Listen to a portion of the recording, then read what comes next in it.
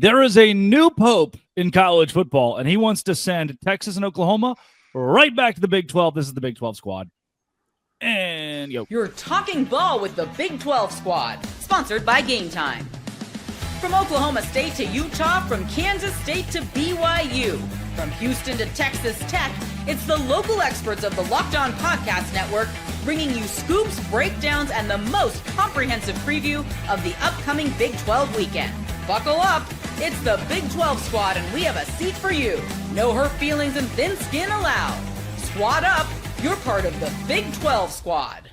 Happy Thursday, everybody. Welcome to the Big 12 squad. I'm Drake Toll from Locked On Big 12, America's #1 Big 12 podcast, and all these jabrones are right underneath it as your first listen every single day. Parker Ainsworth of Locked On Cougs, Jake Hatch of Locked On Cougs as well, which confuses everyone. Cody Stovall of Locked On Oklahoma State, Richie Bradshaw talks to all things Arizona State. JT Westersill with the Utes, Mountaineer Paul of West Virginia, and Kevin Borba of Locked On Buffs.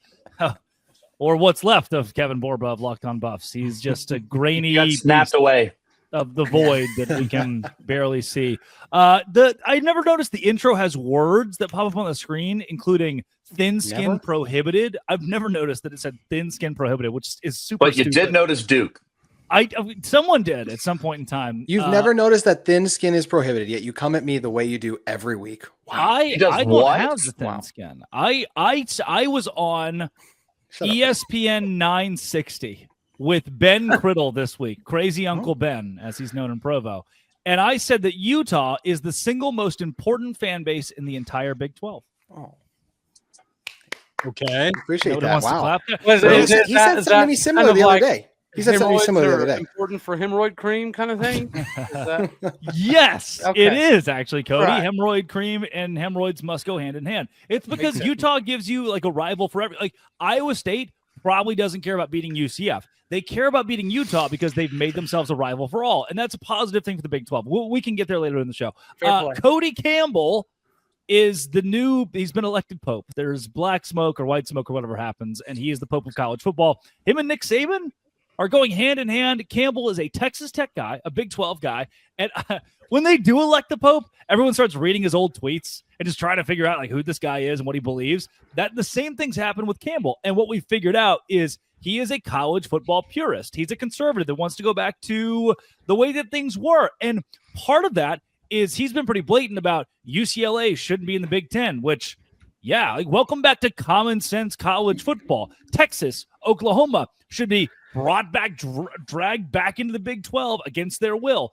This seems like the kind of guy, even though Nick Saban, to me, isn't going to benefit this conference, Cody Campbell is, and he has a lot of power. And I think from here, you'll start to see things, the playing field even out a little bit more because the guy that the United States government wants to help fix college football likes us. Well, I think it's interesting that he's old school, like you're saying, where he wants old school conferences and rivalries and the rah-rah we enjoy, but he's also like head of the Matador Club in charge of NIL, and like we know that Texas Tech's got a lot of cash and all that. Like he kind of plays both sides of that in a way that I kind of like actually, and I also think it's a good thing for this conference. It also helps that like Nick Saban being from West Virginia, Paul can chime in there, right? There's got to be some connection there, right? That like helps in the way, maybe. No. I mean, listen. Get his ass, Paul. Get his ass. He was an assistant coach at West Virginia for sure, but, you know, I think he speaks fondly of living in West Virginia, but as far as West Virginia University, he's all about Bama, man. He really is. Like, I think he wants what's best for us, and he's consulted us on some things. But do I think that we make the cut for the Nick Saban 40? No, I don't. So, you know, it's like one of those things where I don't think we're going to get any special favors, really. At least that's the feel that I've gotten and what a lot of us feel like. You know, maybe what actually happens, maybe he just doesn't want to put it out publicly. Maybe he actually does, you know, for the Big 12 in West Virginia. But my feeling on it has kind of been, you know, a little wishy-washy for real. I haven't seen a whole lot. I think it's absolutely phenomenal because Nick Saban is going to do what's best for the SEC more often than not. Obviously, there's going to be some pandering involved. You think that's phenomenal? Yeah, no, I wasn't done speaking, Drake. That's a JT Westersill quote right there. You have Cody Campbell to combat that, somebody that actually cares about the regionality of the sport brought back. and you have to have somebody come back. If you have Nick Saban on the SEC team, you got to have somebody on the Big 12 team because we don't have a lot of Big 12 homies. So I'm glad that Cody is taking this mantle. And I appreciate the Rudy approach that he's written about in the past. Yeah, the Project Rudy Nick thing Saban is interesting. Sorry, Paul. Oh, whoa. I was No, just going to you're say, good, even though Nick Saban doesn't support the Big 12, the larger issues at hand that he's against will sort of help the Big 12 in a way, right? Like he's against players moving without NIL contracts. He's against all of the drama that has ensued with college football. And while he's going to have the SEC's best interest in hand, there's going to be a trickle-down effect. Shout out. I mean, it's crazy, dude. Like, government, I it's guess. like I think you're talking, but I have no idea. No. It's like your mouth moves, and Damn. 8 seconds later, It's like a 2000 like found footage video. I'm That's what I think begging it's you- funny that Shador Sanders and Travis Hunter both leave Colorado, and suddenly his internet's a lot worse. I'm not saying. I'm not. NIL's gone. many are saying. I was hanging out with Cam Ward this weekend. Oh, is that that's this week's flex? Okay. That's this week's flex? number 1 overall draft pick. And he is an example of how the transfer portal should work. Hey, you were at a school that's Washington State, a little bit smaller. They got the bone, and you're like, okay, cool. I'm gonna go make myself. And he didn't necessarily go to. He didn't go to Ohio State. He went to Miami. He didn't play in a college football playoff. He went bettered his career, bettered a program that needed some help too. It's that's not the worst thing in the world in the way that I think Cody Campbell's going to approach the transfer portal, and maybe Nick Saban too. He didn't go to Ohio State. He went to Miami. Yeah, but Thank you. Drake's like Thank 20, you. I was 22 thinking or the 23 same years thing, old. Jake. But he But at did least start they're not off powerhouse. at Incarnate. Okay, yeah, No, Miami not sucks the now. U. He didn't go to the U. He went to Miami. He didn't go to the U. He went to Miami. There are two completely different things. That's now. that, right? Yeah. Yeah, Yeah. Yes. I know some of the money at one point was all crypto, and then the kids didn't get the money. That's a whole problem in Miami. But it's not like they're like a small player in the NIL transfer market, though, Drake. No, Like they're not the 1980s and 90s Miami, but they're not nothing in this world. They just got All right, the in Big 12 squad They got- history, I'm actually going to agree with and defend. I'm going to defend Drake here for a moment for the first time in history. I agree with Drake on this because Miami at least hasn't been good in a while, so they're at least a new player in the game, just like a BYU is a new player in the game in part due to NIL. Yeah, but that's Thing because is, they though, run team it like instead of taking Miami, a if they get knee. momentum, it can get really bad really quick for people. Yeah, It's like they're bad with because they run Alabama. the ball on 4th down instead of taking a knee on 3rd down. It's not because they're not actually man. buying That's a good good one. players. Yeah. Okay. I Ken just think- Dorsey's like, the best it's quarterback not I like ever they- saw. Drake. let me add one thing on the Cam Ward situation. You mentioned Cam made good on the bet on himself. He was a 0-star prospect. He played in a wing T offense in high school and had to go to, I don't remember, what was it, Houston Baptist, It wherever was he Incarnate Incarnate Word. Word. And he had to Incarnate convince Word. the Incarnate Word coaches to take a chance on him. Sure. So he made good in that fact that he made it from Incarnate Word to Washington State and then cashes in Miami. I'll give him credit on that. But equivalating, or that's a wrong word, but trying to equivalate with Miami and Ohio State not being on the same level, that's a tough sell for me. Okay. I can get I'm behind with that. Jake on that. I'm with Get Jake on behind that. Coming up, let's hit a conversation that we can all agree on. Big 12 quarterback rankings. This is the Big 12 squad. Today's show is brought to you by Wayfair. Look, the reason that I like plugging Wayfair is because I use it a lot. The day's getting longer. The weather is warming up. I just bought a house here recently, and I needed a dresser, Wayfair, a bed, Wayfair. I needed a couch, Wayfair. Your balcony, your yard. Wayfair has everything you need. Their massive selection of outdoor essentials as well makes it easy to transform any space, indoor or outdoor, for the summer. New patio dining set, string lights. The mix of styles they offer is spectacular, and you don't have to spend a fortune. You also get pretty quality stuff. Delivery is free and hassle-free, even for the big stuff. Shop a huge selection of outdoor furniture online. This summer, get outside with Wayfair. Head to wayfair.com right now. WAYFAIR.com. Wayfair. Every style, every home. There is a correct answer, just so we know. For $500. And it's Connor Wegman. For $500. This is the first point I'm going to make on the Big 12 quarterback conversation. $500. Who does Austin Simmons start at quarterback for? Ole Miss. Wow, he knew it. I had no I had idea. no idea. I had He's no like- idea. The I'm- 15-year-old kid who already graduated college. Until this week, I don't think I had heard the name Austin Simmons. Did you who does You're not a sicko like I am. Who does Bo Pribula play for? All right, you got me. He went from Was Penn that- State to Syracuse. Iowa. Is that Arkansas? There's another SEC school that is Missouri. We also have in the SEC Zach Calzada. He's still alive. Blake Shapen, Jackson Arnold. Those guys are still hanging around. Marcel Reed. Some Big 12 legends. Maybe Diego Pavia is the 5th best quarterback in the SEC per Athlon Sports. That's how bad the SEC is at the whole quarterback thing. The Big 12, on the other hand, is soaring in this category. I think Dylan Risk, who's the quarterback at UCF this next season, showed bright spots against Utah, right? Actually, Drake, Risk transferred. He's a Risk Stanford. is gone. Well, don't That was trust fast. Athlon Sports then. Never mind. Well, UCF's boned. I think So- Nico Marchiol at West Virginia can be a good quarterback. Brennan Sorsby. Caden Salter was like a name that you heard about on ESPN last year when he was leading Liberty to wins until they stopped winning. Devin Dampier rushed for 6,000 yards last season and 25 touchdowns. At least Something like that. Yeah. Stuff it. So, unbeknownst to me, because the Arizona guy hasn't shown up to a single squad show, Noah Fafita is still in the Big 12. I also think I Is learned that. this Arizona still in locked on? Is that the? I mean, week. I don't even know. Jalen Daniels, Baron Morton, Jake Retzlaff. The depth of this conference, not to mention the top end, like an Avery Johnson or a Sam Levitt. Or a Connor Sawyer Ware. There it is. Robertson. Okay. Jalen Henderson You're should waiting. be noted as well, alongside Nico Not Marchiol. Marchiol? Okay. Henderson, too. You just What I think Really this hated proves. BYU fans for not having Retzloff in the top tier there, Drake. Where, There Jake, is Yeah, where, no Jake, kidding. where does Retzoff belong, do you think? There you go. I would He have didn't even say top three. Rocco back. And Nick is over there really pissed about it. Yeah. I would Good say bet. here's the thing with Jake Retzloff. I'd have him mid tier. I've got to admit that. That's Like fine. his numbers have him mid tier. Yeah. But the bigger thing is Sam Levitt. He is far and away the best quarterback. But to Drake's point, if you go down the list of quarterbacks in this league, yeah, the depth is really, really solid across this league. You can get Yes, a and quarterback I wanna 6 play or on that. 7. Okay. You Right. hit me, Richie. So you brought up the SEC first, right?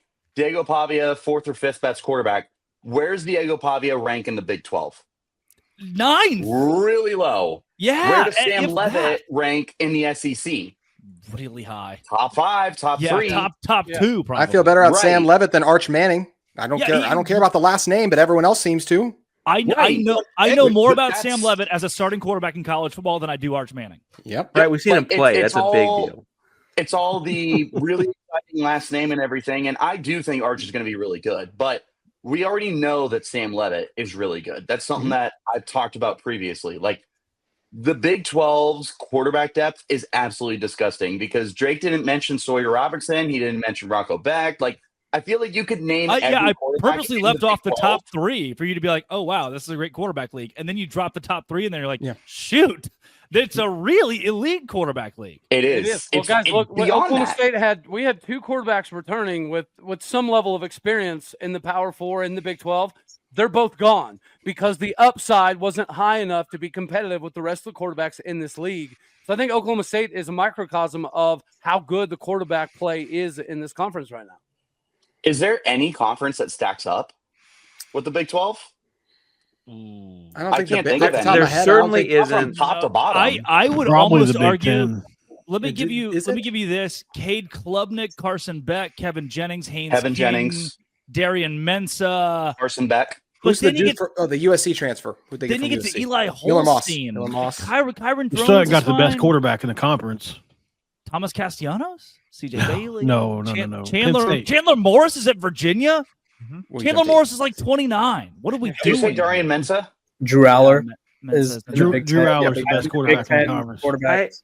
I Well, feel like that's the like, Big Drew, Ten. oh my gosh, throw up I in my think mouth. If Drew Aller is your best quarterback, we have got that league beat by a mile. I think you're going to split hairs. We go top versus top, like the number one for each conference, because whatever. Maybe. It's the I think median, Sam Levitt might be the best quarterback, in but it's the college football. median to me. It's the middle of the Big 12. It's so much better Exactly. than the middle of everywhere Yeah, else. yeah, It- yeah. it's not It's- close. Go band for band, right? Go band for band kind of thing. Like seriously, it's really funny, but at the same time, your Diego Pavia versus my Jake Retzlaff. Yeah, I feel really good about my Jake Retzlaff, and I love Diego Pavia for everything that he is. He is nothing in the Big 12. Correct. Nothing?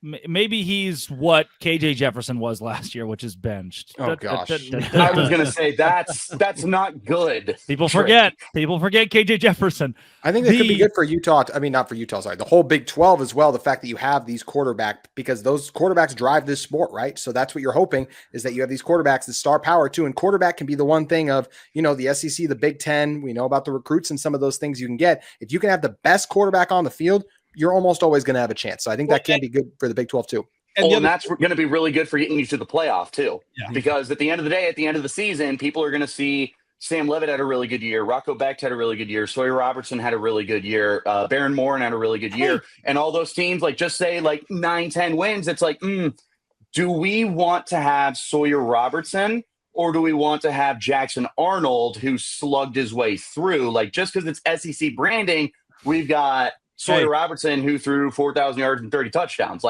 That's going to help your case. And what Kevin, I think, not Kevin, I'm sorry. What I got my screen too small. What Richie's bringing up here, though, is it's a TV product. It is going to come down to which guy you want on television in the playoffs. Yep. And frankly, I was a little shocked last year when that wasn't Miami, but it was still in an ACC school, right?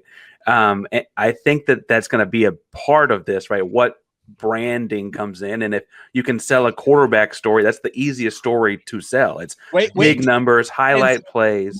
Dante Moore, they're going to promote their 5-star quarterbacks in that league. That's what they have to go on, is they have the high level recruits, whereas the Big 12 and the ACC in particular, they have the proven products at quarterback. And does anyone remember Dante Moore at this point though? Oh yeah. You can tote the 5-star thing, but but it's the same thing, right? Across the SEC and the Big 10, they have these highly rated prospects that they're going to tout via their media. I would just point out that Buyer owned the portal with Brian. He pointed out that the 2026 number 1 quarterback is a Houston guy. No big deal as far as 5-star quarterbacks go. He's good as right up until he flips his commitment. That dude's got his inked on his body. To BYU. Hey, back on the point on someone made about leaving Miami out. Well, Miami had every opportunity to get in last year, just beat one of the best teams you played. They lost some brutal games late in that season. They had the 2 losses that were awful. If they just win one of those games, they're in right there. To Jake's point for getting that right. We're going to go in preseason. Even last year, Nico Iamaleava was a huge storyline, and DJU. And think about the quarterbacks who didn't pan out that were massive in the preseason. The Big 12, no. I was in Poop Deck, which is a bar in Fort Worth, standing. I did not know. Right behind me, 2 guys behind me is Max Duggan. This is July, the year prior, and I'm with my girlfriend at the time who went to TCU. It was a whole big thing. I was like, I just feel bad for TCU football, Max Duggan. He's a guy we kind of knew, and then he just kind of sucked. And then just fate of God, turn around, he's just this dejected small man. Duggan's not a big guy, but he stole your girl. Yeah, that would have been. Stole your girl. I'd have been fine with that. 2020, right?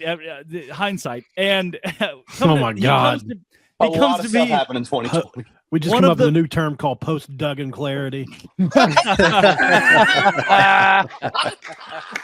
Oh man. He comes to be one of the best stories in college football. Will Howard goes on to win a national championship. Shedeur Sanders, despite the draft thing, becomes one of the biggest names talked about in college football, the quarterback position. The Big 12 got number retired. Yeah, its numbers retired. The Big 12 doesn't always get the preseason hype, but they deliver in the quarterback room. Coming up, I do think Utah is the most important fan base in this conference. No, and I think what I'm saying makes sense. Look at that smug face. Hit us. Where's that graphic of the worst person you know? Just made a great point. I could use that right now. What's happening here? It's kind of a demeaning reason, a little bit, but it's the importance. Okay, Cody, you were here for this. A couple of guys were here for this. When Texas was in the league, when they were good, we hated them. When they were bad, we hated them because they were pompous. They bragged. And you know what? I know Bill from Groesbeck, Texas, is a good dude. He's a UT fan, but he doesn't wear it on his sleeve. He's a normal college football fan. 90% of Texas fans are from Lorena or Coppell. They're normal people. It's the 10% that ruin the whole. I think Utah, because Jerry from Ogden, he's a good dude. He's just a Ute fan, man. His whole family went there. The problem is that vocal minority, and BYU fans will tell you it's the entire fan base, the vocal minority can ruin it for the whole. But what it has created is now Iowa State beat Cincinnati. Oklahoma State beat Cincinnati. You don't care. No one cares. But if you beat Utah, then even if they're not good, beating Texas rocked every time, especially when they sucked. I think if you still have that presence in your conference, you create higher viewership, you create butts in seats because they just want to see you beat that team everyone hates. If Utah has become that or can become that, they become the most important fan base, most important team in the Big 12. Yeah, but ASU they have to stormed win. the field. Is that team ASU not stormed Colorado? the field when they beat Utah. People made fun of them, and I'm like, no, I'm all about this. They're ranked. That's fine. I don't care. I think for Is that ASU, 100% agree with Drake. Drake? That felt good to see the kids come onto the field.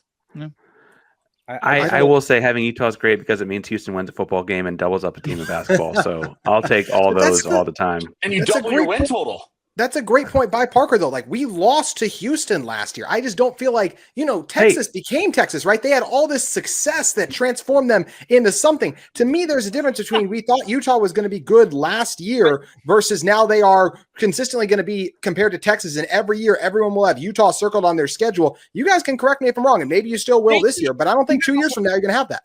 Your fan base has a whole army of bots that are claiming that Utah's Jake. going to win the Big 12 this year. Jake, what about your army of bots in my comments every day? Oh, That's just Jake. That's just Jake. That's not bots. That's me. Andy. Kenny Pickett hands. And for what it's worth, JT, we also beat Mount Pulse, West Virginia, the one time we got to play them in football. True. We're 1-1 against wherever Cam is, Baylor, and those guys. We've got a I'll see you couple. this year, Parker. I'll see you this See, year.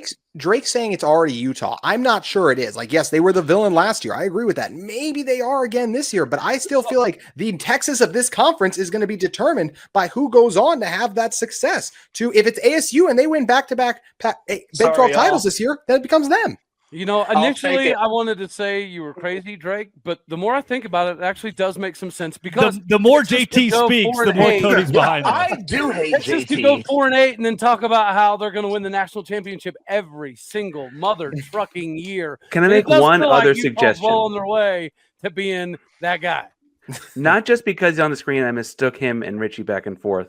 But if Deion Sanders stays at Colorado, did they not have a say in this? Because I feel like people like Yes. beating Coach Prime, Doesn't- right? doesn't That's what I was saying. Might actually be the right answer. Yes. I Both think those it's got to two. be the right answer because Colorado is one of the most viewed teams in college football, and 80% of those views are people hoping that they lose, hoping they could go comment in Deion Sanders' comment section like, "Hey, your team sucks. Hey, where's that Louis luggage? Hey, where's this?" Like, when I get more text messages, I'll tell you this way: I get more messages or comments when it's something negative about Colorado, right? When they were on a winning streak and they were doing well, and there was granted, like 7 teams had a path to the Big 12 championship, but when they had a path to the Big 12 championship, there was a lot less interaction. And then all of a sudden they lose to Kansas, and everyone's like, "Ha, Colorado sucks again." Like, go look at like the coverage of the NFL draft. Everyone wanted Shedeur Sanders to fall because they wanted to hate on Colorado. So I think Utah is probably like the Big 12 answer if you exclude Colorado, but I think there's probably not a team in college football that more people want to lose than Deion Sanders in Colorado. Excuse me. It's not just the Big 12. Like, that's an awesome point. Is you got the whole nation that's just hate watching Colorado because of the way that Deion talks and because of the way that Shedeur talks. Like, that's totally valid. And if that continues to be a thing, I mean, I don't see why that wouldn't be the case. If you have another quarterback or another star player that comes on and is the big talker and backs up the Deion Sanders aura that he kind of brings out, like, I can totally see that.